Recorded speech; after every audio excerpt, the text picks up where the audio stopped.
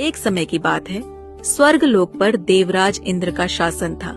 एक दिन देवगण अप्सराओं के साथ नंदन वन में विहार कर रहे थे। उसी अवसर पर देवराज इंद्र ने नृत्य संगीत का भव्य आयोजन किया।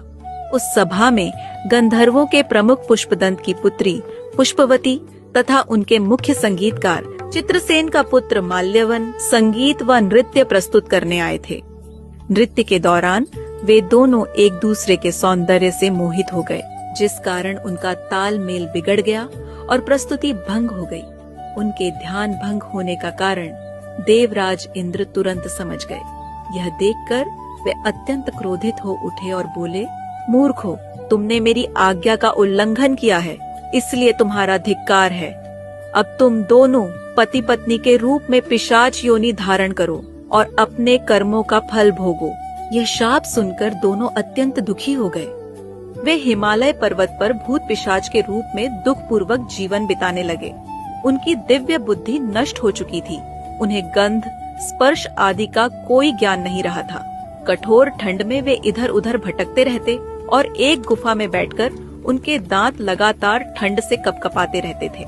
एक दिन माल्यवन ने पुष्पवती से कहा, पिछले जन्म में हमने ऐसा कौन सा पाप किया था कि हमें पिशाच रूप में इतना दुख सहना पड़ रहा है। यह स्थान तो नर्क से भी अधिक यातनापूर्ण है।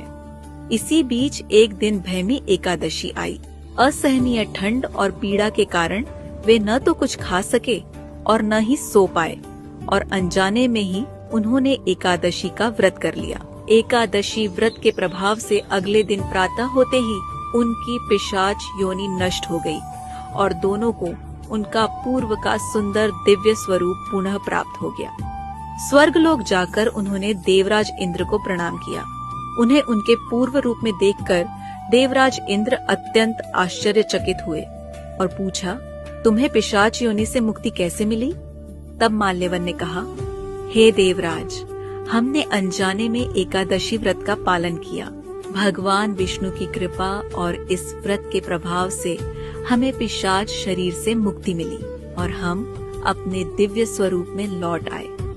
यह सुनकर देवराज इंद्र बोले, जो भगवान विष्णु के सेवक हैं, वे हमारे भी सम्मान के योग्य हैं। तुम अब पूर्णतः पाप मुक्त हो।